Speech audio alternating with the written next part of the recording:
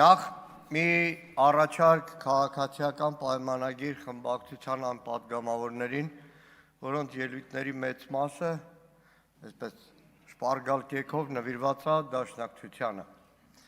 Առաջարկս ամեն անգամ այդ նիստերից հետո մի քանի քայլ ներքև, կարծեմ Դեմիրճան 17 շենքի պատին փակցված է տարիներ շարունակ Հայաստանի կոմունիստական կուսակցության գաղափարական գծով քարտուղար Գալուստ Գալոյանի հուշատախտակը, որն ապրել է այնտեղ եւ գործել ցեկայի շենքում։ Ամեն անգամ ասնելուց ասեք ընկեր Գալոյան, հակադաշնակցական բոլշևիկյան կոմունիստական այն պայքարը, որ ծավալվել է Հայաստանում 70 տարի, ունի փայլուն ժառանգորդներ եւ մենք շարունակում ենք պայքարել դաշնակցության դեմ։ Սիրելի հայրենակիցներ, իրականում այսօրվա ելույթը անձնապես ինձ համար շատ դժվար է։ Այս ամբիոնից ես ուզում եմ հանդես գալ փաստաբանի դերով։ Փաստաբան մի ամբողջ սերնդի եւ մասնակից մի ամբողջ սերնդի, անդամ մի սերնդի, որ 88 թվականին ազնիվ մղումներով, հավատքով, համոզմունքով, նաեւ նախկին տարիներին թույլատրված, չթույլատրված գրականությամբ, թերթերով, լսելով ծնողներից, տարբեր պատմություն, լսելով տատիներից, պապիներից, տարբեր պատմություններ ոտքի ելավ մեր ժողովրդի իրավունքների պաշտպանության համար։ Ես հանդես եմ գալիս որպես ներկայացուցիչ մի սերնդի, որ 1988 թվականին Ազատության հրապարակում 18, 19, 20 մեզնից շատ ավելի տարիքով մարդիկ հակառակ բոլոր դժվարություններին կանգնեցին միասնական, բռունցքները պարզած, բացականչեցին միացում, որը հետո փուլ առ փուլ զարգանալով ի վերջո պետք է հանգեցներ Հայաստանի անկախության հռչակագրի ընդունմանը 90 թվականի օգոստոսի 23-ին, հետո 91 թվականի սեպտեմբերի 21-ին անկախության հռչակագրին, մինչ այդ 91 թվականի սեպտեմբերի 2-ին Արցախի հանրապետության հռչակմանը, դեկտեմբերի 10-ին անկախության հանրաքվեին ու 30 տարի մեր զույգ պետությունները նավարկեին հակառակ բոլոր դժվարություններին, մեր ժողովրդին պարգևելով արժանապատվություն, մեր ժողովրդի մեջքը պինդ պահելով, մեր երկիր ամբողջ աշխարհում ներկայացնելով, որպես ուժեղ դիվանագիտությամբ, որպես ուժեղ զինված ուժերով, որպես միասնական մի երկիր, որ հարգանքի էր արժանանում։ Ես ցանկանում եմ հանդես գալ մեկը, որ 88 թվականին, եթե ասում ենք փետրվարին սկսվեց Ղարաբաղյան շարժումը, այդպես չէ։ 87 թվական հոկտեմբեր ամիս, այն ժամանակ թատերական հրապարակ, էկոլոգիական ցույցներ ընդդեմ Աբովյանի գազի պահեստարանների, հանկարծ թռուցիկներ բաժանվեցին, հաջորդ շաբաթ օրը Արցախ Ղարաբաղ ցույց է լինելու։ 87 թվական հոկտեմբեր ամիս, ցեկայի դեմը մի քիչ վերև կատնատան շենքի դեմ, այդ ուսանողներին, որոնք եկել էին ցույցի, հետո Կոմսոմոլի ցեկայի աշխատողները, կագվեշտիկները հարձակվեցին, ծեծի ենթարկեցին, ու այն ժամանակ Արցախյան հարցը թոք էր, թոք էր արդյոք մի ամբողջ սերնդի համար, որ ընդհատակով պայքարեց,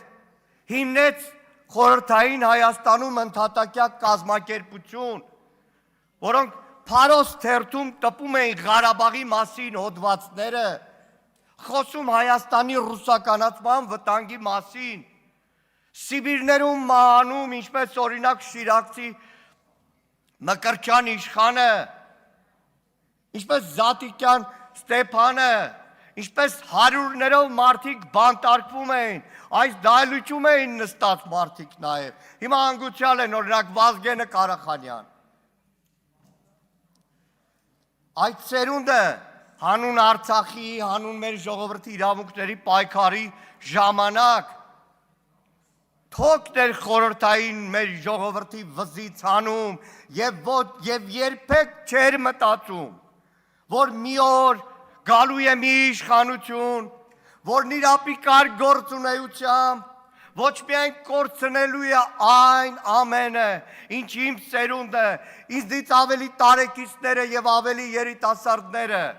մեր դուշման վարդանները, պետոնները, ասկոլկաները, մյուսները, մեր վզից հանեցին այդ թոքը, իրական անկախության այդ ամբողջ զգացումը պարգևեցին, գալու է մի ապիկար, որ այդ ամեն ինչի ձեռքելու է մեր ժողովրդին եւ իր ամբողջ արածը արդարացնելու համար տասնյակ սերունդների պայքարը համարելու է թոք։ Հիմա անկախության այս տրանսֆորմացիան, պետք է անկեղծ ասեմ, 88 թվականից արդեն ազատության հրապարակը քիչ սկսվում էր բաժանվել։ Աջ թևի վրա անկախականների խմբակ եմ ասում, որտեղ 88 թվականին դեռ անկախության կողմնակիցների այդ շարքերը շատ ավելի զորավոր չէին։ Երեք Ռուբեն Ռուբինյանն այստեղ ասում է, Անդրանիկ Քոչարյանը անկախության համար պայքարել է։ Պարոն Քոչարյան, լինենք անկեղծ։ 88 թվական սեպտեմբեր ամիս մերգելյանցիները միացման համար էին պայքարում, թե անկախության, լինենք անկեղծ, հետո տրանսֆորմացիայի 89-90 թվականին էր, որ անկախության գաղափարը շատ ավելի զորացավ, որտեղ այդ օրերի ազգային պայքարի առաջին շարքերում եւ մեծ մասը գիտակցում էր, որ չի կարելի օդի մեջ, այսպես ուղղակի կարգախոսներով գործընթաց սկսել, որտեղ հասկանում էին ամեն քայլը պետք է լինի հետևողական։ Դրա համար էր 88-ին Անդրանիկ Քոչարյանն էլ, Հակոբ Ասլանյանը վստահ եմ, Հովիկ Կաղազարյան, Նազարյան Գեղամ, Կնյազ Հասանովը վստահ եմ մի քիչ մասնակցել է։ Ու այսպես շարունակ, այդ մարդիկ այդ փուլ առ փուլն էին բերում, միացումով, Արցախով, զույգ պետությունով հասցնում անկախության։ Հիմա անկեղծ, ես չէի կարող պատկերացնել, որ հասնելու եմ մի օրվան, որ ինձ, մյուսներին մեղադրեն, որ դուք 5-րդ չարասյուն անկախության դեմ, մեղադրեն դաշնակցության անկախության դեմ, դաշնակցություն, որ տասնամյակներով նաև արդեն անկախ Հայաստանում հպարտացել է փետրվարյան ապստամբություն, նշելով այն փաստը, որ արդեն խորհրդայնացած, բոլշևիկացած, դեռ չձևավորված խորհրդային միության, բայց խորհրդային միության տարածքում առաջին ազատագրական ապստամբությունը, որ բարձրացրել է եղել է հայությունը, Գառնիից, ազատագրելով Երևանը բոլշևիկներից։ Հիմա եկել ինձ մեղադրում են անկախության դեմ պայքարի,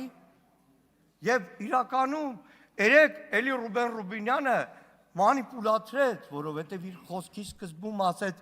Դաշնակցության բյուրոյի ներկայացուցիչ Հրայր Մարուխյանի 3 կուսակցությունների հայտարարությունը, ես էլ ասի պատրաստական եմ։ Քրիստինե Վարդանյանը հրապարակեց ամբողջ տեքստը։ Ռուբեն Ռուբինյանը էլի մանիպուլացրեց, այդ տեքստում գրած էր, որ մեր հայրենիքի կենսագործունեությունը, մշակութային եւ այլն, էլի մանիպուլացրեց իր ներկայացնելով մեր հայրենիք, որ դաշնակցությունը